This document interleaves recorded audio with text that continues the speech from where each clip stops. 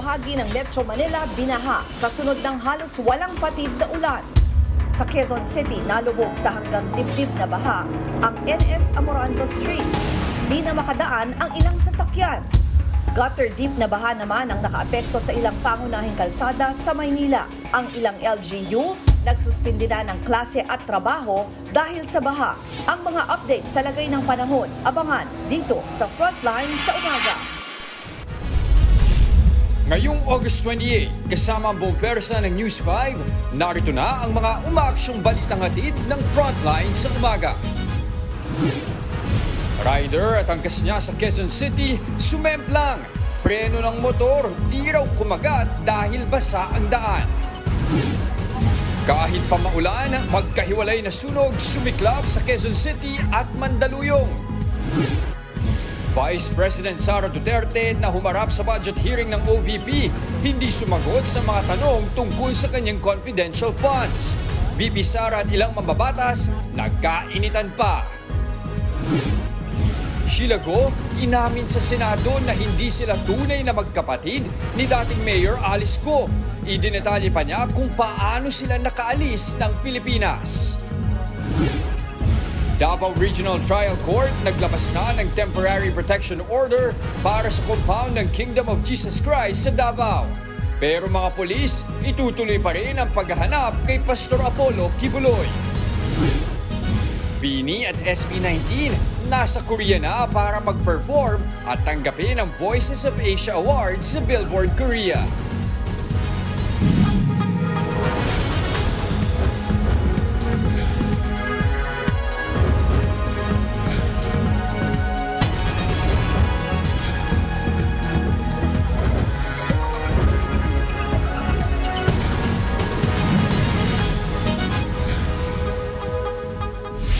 Nagdulot ng pagbaha ang magdamagang buhos ng ulan sa ilang lugar sa Metro Manila. Sa ilang bahagi ng Quezon City, hindi halos madaanan ang ilang kalsada dahil sa taas ng tubig. Pero paghupa ng baha kanina, basura naman ang naging problema ng mga residente. Live mula sa Quezon City, nasa frontline ng balitang yan si Ian Suyu. Ian, kamusta na ang sitwasyon dyan? May mga lugar pa ba na may baha?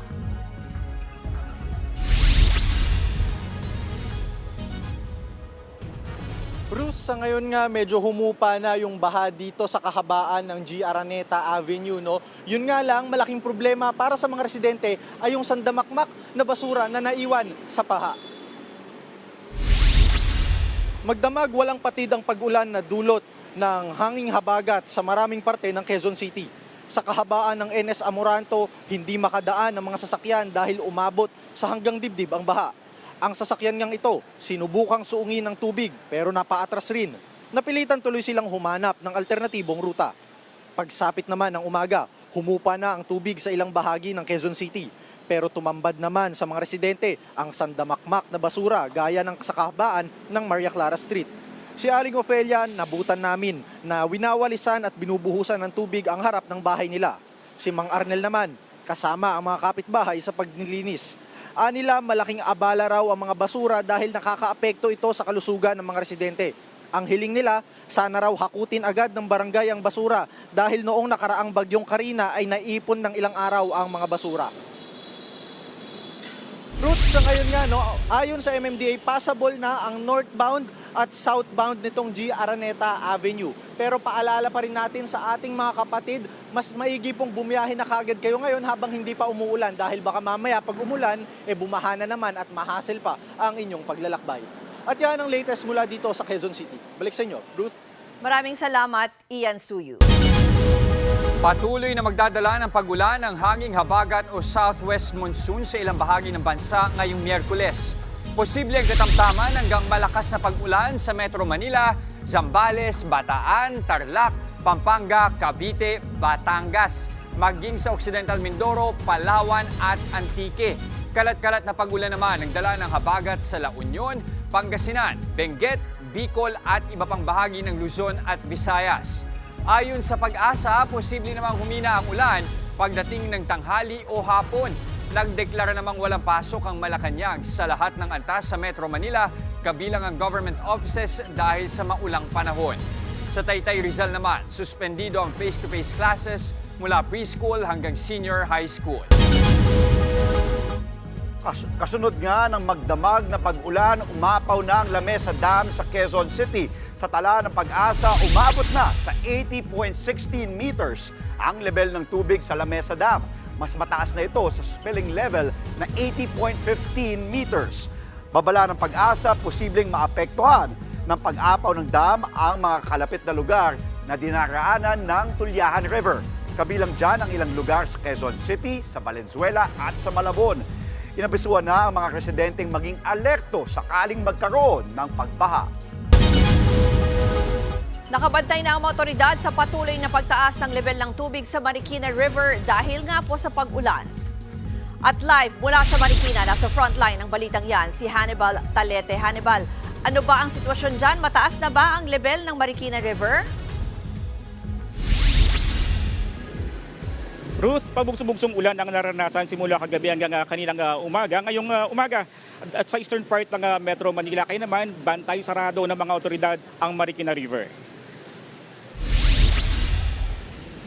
Nasa 14 meters ang taas ngayon ng tubig dito sa ilog ng Marikina. Oras na umakyat yan sa 15 meters ay abisuhan na mga residente na maghandang lumikas. Simula naman ang evacuation pag lumampas na sa 16 meters. Bago naman kami makarating dito kanina, nadaanan din namin ang ilang binahang kalsada sa Mandaluyong. Pahirapan ang biyahe ng mga motorista sa bahagi ng Maysilo Circle dahil sa gutter deep na baha. Ang ibang rider, itinabi na lang ang kanilang mga motorsiklo sa mataas na bahagi ng bangketa. Makatawid lang sa baha. Ganyan din ang sitwasyon sa EDSA Show Tunnel, pero nadadaanan pa naman ito ng lahat ng mga sasakyan. Paalala naman sa mga kapatid natin dyan, suspendido na ang number coding sa Metro Manila ngayong araw. Ruth, patuloy na naranasan ng mahinang pag-ulan dito sa may bahagi ng Marikina, no? At may mga nakaantabay na mga barangay dito sa may lugar. At yun nga kung sakaling mga tumaas pa ang ilog dito sa may Marikina. Ruth? Maraming salamat, Hannibal Talete. Sa ibang balita, nagkainitan sina Vice President Sara Duterte at ang ilang kongresista sa budget hearing ng Office of the Vice President sa Kamara kahapon. Tumagal ng ilang oras ang pagdinig na pinagpaliban din kalaunan ng mga kongresista. Nasa frontline ng balitang yan, si Marian Enriquez. Sumentro sa usapin ng 125 million pesos na confidential funds na natanggap ng Office of the Vice President noong 2022 ang naging deliberasyon sa higit 5 oras na budget hearing nila sa Kamara kahapon. Personal na humarap sa House Committee on Appropriations si Vice President Sara Duterte para ipaliwanag ang mahigit 2 bilyong piso na budget na hinihingi ng opisina niya sa susunod na taon. Pero umpisa pa lang, tumanggi na siyang sagutin ang mga tanong tungkol sa confidential funds. I would like to forgo the opportunity to defend the budget in a question and answer format. Hindi naman siya pinayagan ni Presiding Committee Chairperson Stella Kimbo kaya natuloy pa rin ang pagtatanong ng mga kongresista. Unang umusisa sa comparative budget allocation at utilization rate mula taong 2019 hanggang 2023 ng OVP, si ACT Teachers Party List Representative Franz Castro. Tinawag niyang iligal ang paggastos ng OVP sa higit 73 million pesos ng confidential funds noong 2022 na dinisalaw mismo ng Commission on Audit, bagay na pinalagan ni VP Sara. Madam Chair, I do not understand bakit a person convicted of child abuse is still sitting in a seat Point of of the order, House of Madam Chair. Ito yung sinasabi na Representatives. This is a hearing of the budget of 2025. Nasaan dito ang confidential funds? Yung tanong niya, Madam confidential Chair. funds. Nasaan dito? Nasaan? Hindi naman nagpatalo si Castro na kinumpara sa pusit ang Vice President. Yung tactics na ganyan, na parang parang sorry for the pusit, na kapag nasusukol na ang pusit ay nagaano ng maitim na tinta. Kasi yung atin namang pinag-uusapan dito ay budget. No? So wag naman mag-ugaling pusit ang Office of the Vice President. Bakit mo ako kinukrucify for saying a fact that somebody is convicted of child abuse sitting in the chair? Pusit? Sa kalagitnaan ng hearing, may mambabatas na nagmosyon para burahin sa records ng hearing ang patama ni VP Sara na child abuse kay Castro. Pinabura nito ng komite. Pero natalo sa botohan ang isa pang mosyon na nagmungkahing burahin din sa records ang patutsada ni Castro na pusit at pagtawag niyang iligal sa paggasta ng OVP sa 2022 confidential funds. Dahil umiinit ang sagutan, sumingit na ang isa sa mga kaalyado ni VP Sara na si dating Pangulo at House Speaker na si Pampanga Representative Gloria Macapagal Arroyo. Giit niya, hindi na raw dapat pinag-uusapan ang confidential funds na wala naman na sa budget. We question the 2024 budget, not the 2023 budget. What is being questioned now is the 2023 budget, which was discussed very extensively last year. Pero tinablayan ni Kimbo dahil parte raw ng deliberasyon ng budget ang mga naunang paggastos para mas malinaw kung ano pa ang mga dapat gawin sa susunod na taon. Tingin naman ni VP Sara, pinagtutulungan siya ng mga kongresista. Hiniling din niyang palitan si Kimbo bilang presiding chairperson ng pagdinig. Hindi po kasama sa poder ninyo ang pagpa-fire ng presiding officer ng hearing na to. I cannot fire the presiding chair. So bakit?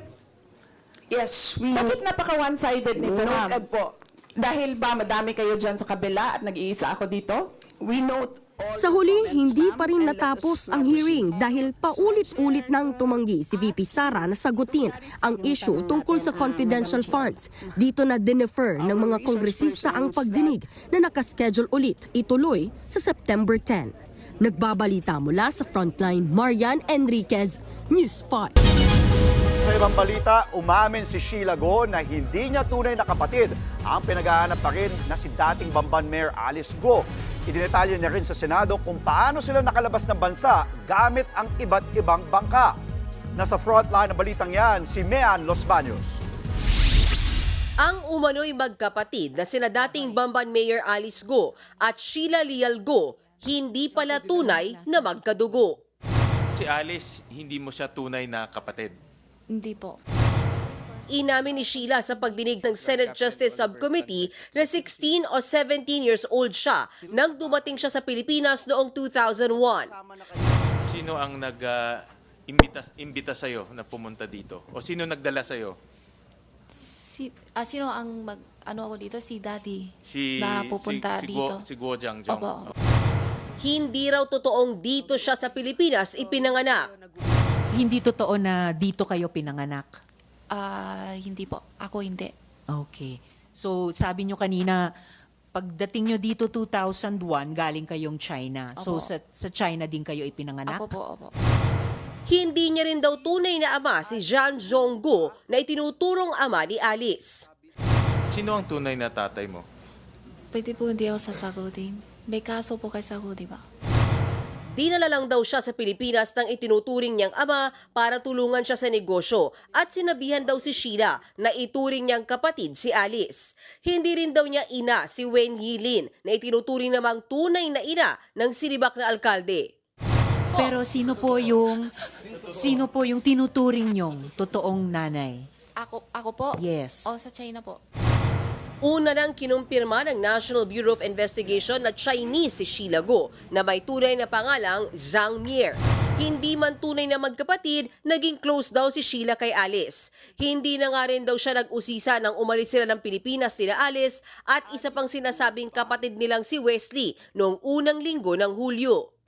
Sabi niya, ate, nalulungkot ako, samahan mo ako, may pupuntahan ako, sabi niya. Di siya sinabi sa akin kung saan punta.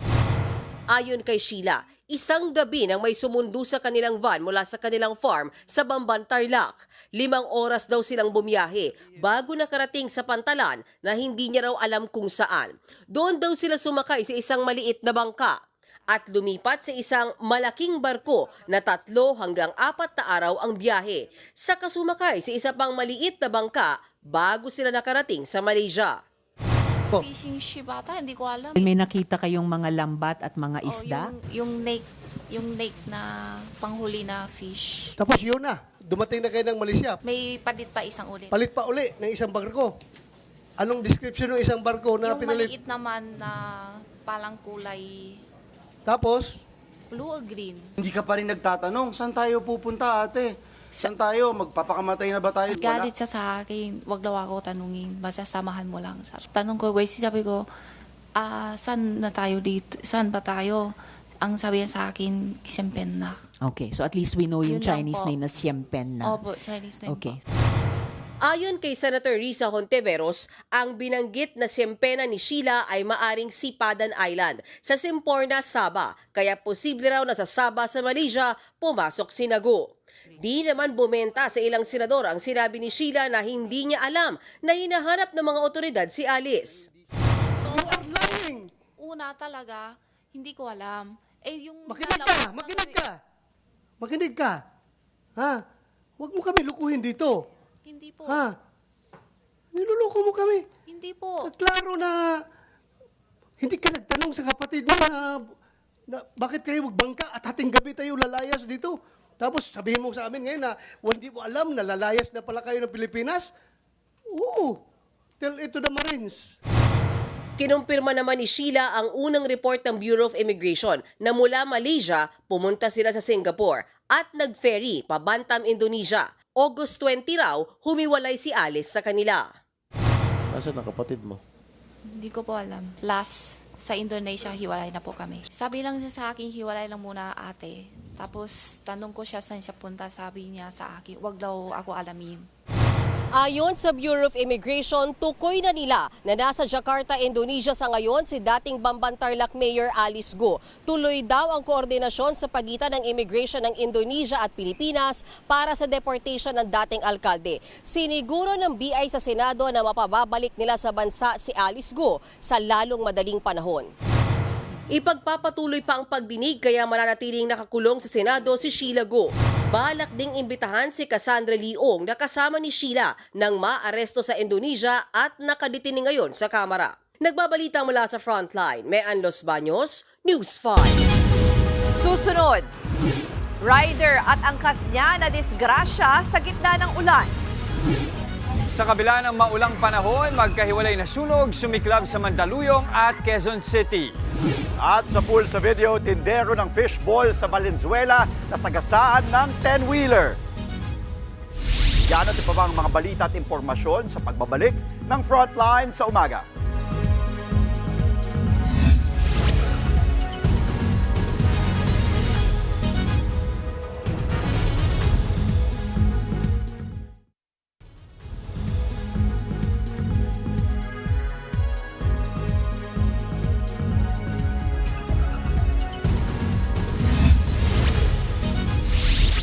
Nagkarambola ang tatlong sasakyan sa Quezon City sa gitna ng matinding buhos ng ulan.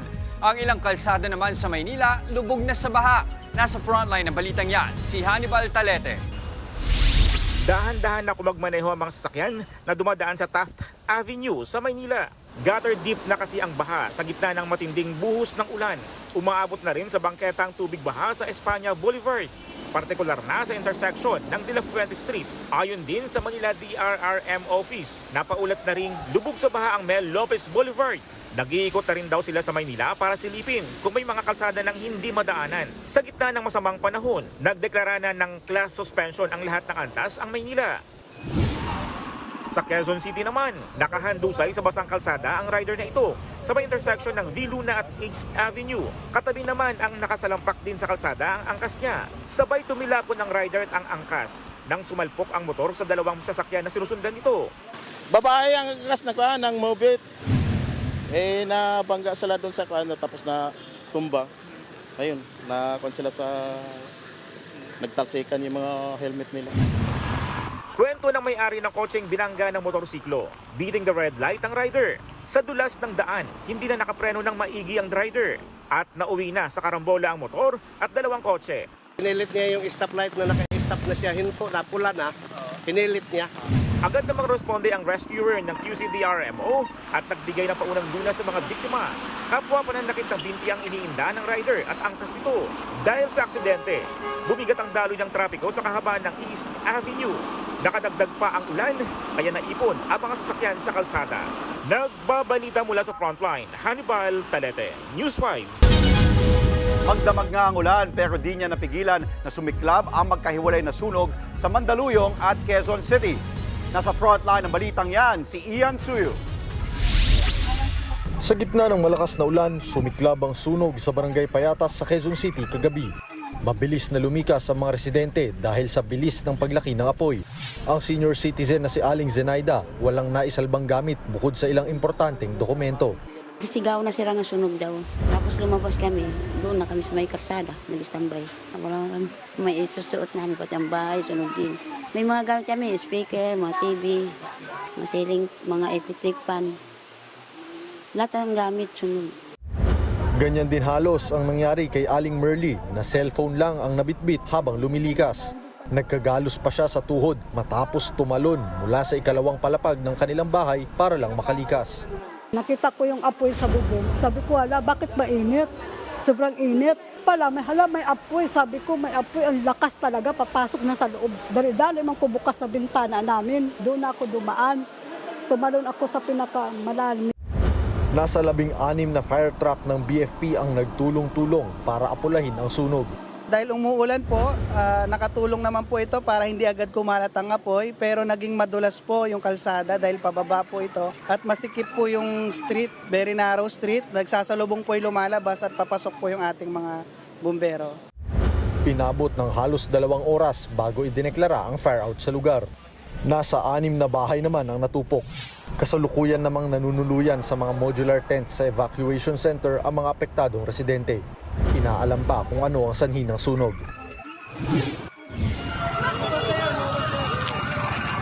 Nagkasunog din sa isang supermarket sa Pioneer Street sa Mandaluyong. Isang milk tea shop ang nasunog. Ayon sa empleyadong si Janela Manalo, laking gulat na lang niya nang makarinig ng mga putok mula sa ikalawang palapag. May naririnig na lang po akong parang pumuputok dun sa taas. Tapos pagsilip ko dun sa hagdan, sobrang mausok na. Wala naman tao na nanggaling dun sa taas. Parang mga 1 oras pagkaalis nung kasama kong crew. Yun, dun siya nagsimula. Nagbabantay po ako dun sa baba, nagkakaha ko. Nagtitiklop ng tissue. Tapos yun, parang may amoy sunog na kahoy. Tapos nakita ko nagtatakbuhan na yung mga guard papunta dun sa loob ng pintuan namin. Hindi na raw ginagamit ang nasunog na kwarto at nagsisilbi na lamang na stock room. Wala na hong ibang nakakaakyat dun. Dine-in ho siya dati. Nandun lang ho yung mga sopa. Kaso wala na talaga pumupunta dun. Naapula rin ng apoy matapos ang 9 na minuto. Inaalam pa ang sanhi ng sunog at ang halaga ng nasunog na gamit. Nagbabalita mula sa frontline, Ian Suyu, News 5. Sa Valenzuela naman, patay ang isang tindero ng fishball matapos magulungan ng 10-wheeler truck. Sa kuha ng CCTV, kita ang biglang pagkabig pakanan ng truck, dahilan para umakyat ito sa sidewalk at mabundol ang biktima. Ayon sa mga pulis, naglalakad lang ang tindero matapos daw magpaayos ng gulong sa isang vulcanizing shop. Agad namang naaresto ang driver ng truck. Naramdaman niya raw na hindi gumagana ang preno niya kaya iniwasan niya ang jeep na nasa harapan niya. Naharap ang driver sa reklamong reckless imprudence resulting in homicide. Susunod, Nation's girl group na BINI at P-Pop Kings na SB19 pinarangalan bilang Voices of Asia Award sa launching ng Billboard Korea. Sa sports, Converge Fiber Xers at Barangay Ginebra Gin Kings parehong pinataob ang TNT Tropang Giga at San Miguel Beermen sa PBA Governors Cup. At netizens, kinaaliwan ang awkward moment ng dalawang mapagbigay na rider. Tuloy-tuloy lang ang paghahatid namin ng balita at impormasyon dito sa Frontline sa umaga.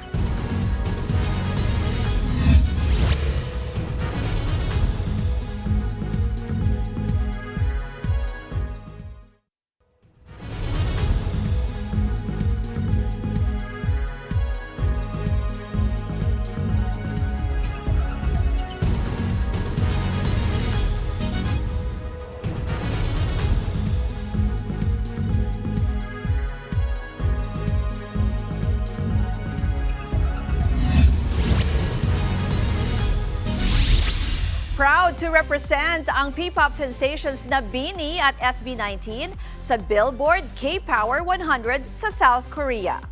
Tinanggap ng BINI at SB19 ang Voices of Asia Awards sa launching ng Billboard Korea. Nakapag-post pa nga at nag-groovy ang BINI at SB19 sa mismong event. Pinamalas din ng BINI ang kanilang galing sa pagkanta at pagsayaw nang i-perform nila ang hit songs na Pantropiko at Cherry on Top. Ang SB19 naman, humataw sa hit song nilang Gento.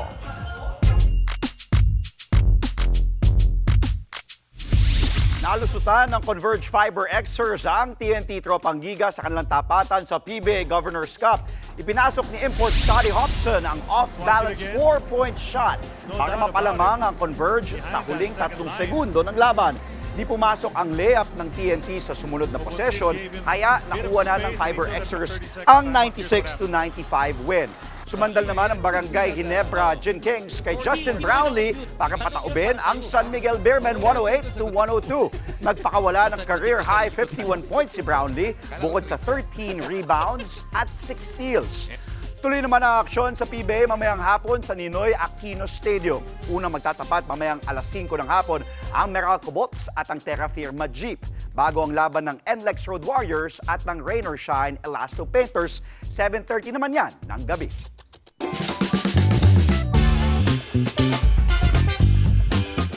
Road rage ba kamo? Pero kung tila yan yung madalas na binabalita natin dito, iba yung kwento natin ngayong umaga. Road courtesy o parang road kindness mga Kindness. Kasi imbis na gitgitan o unahan, pabaitan ng labanan ng dalawang motorcycle riders. Parang tayo lang pala, no? Babaitan. Sige. Ito, sabi nga ng ilang netizens sa mga kapatid, ito yung mga masarap kasabay sa kalsada. Nakuha sa dashcam ang awkward moment ng dalawang rider na pareho sanang sisingit sa pagitan ng dalawang sasakyan pero imbes na mag-unahan, nagkahiyaan pa silang dalawa. Biro ng ilang netizen, nakala nila ay aabutin pa ng kinabukasan bago may mauna sa kanila. Hirit pa ng iba, baka maging ugat ng away kalsada ang laban ng pabaitan ng dalawang rider.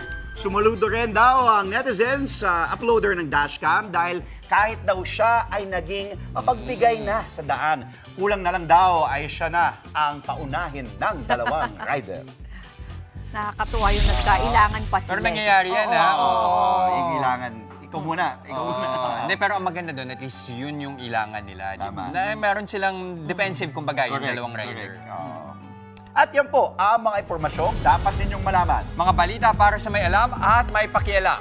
Kami ang inyong mga kasangga sa Frontline sa umaga.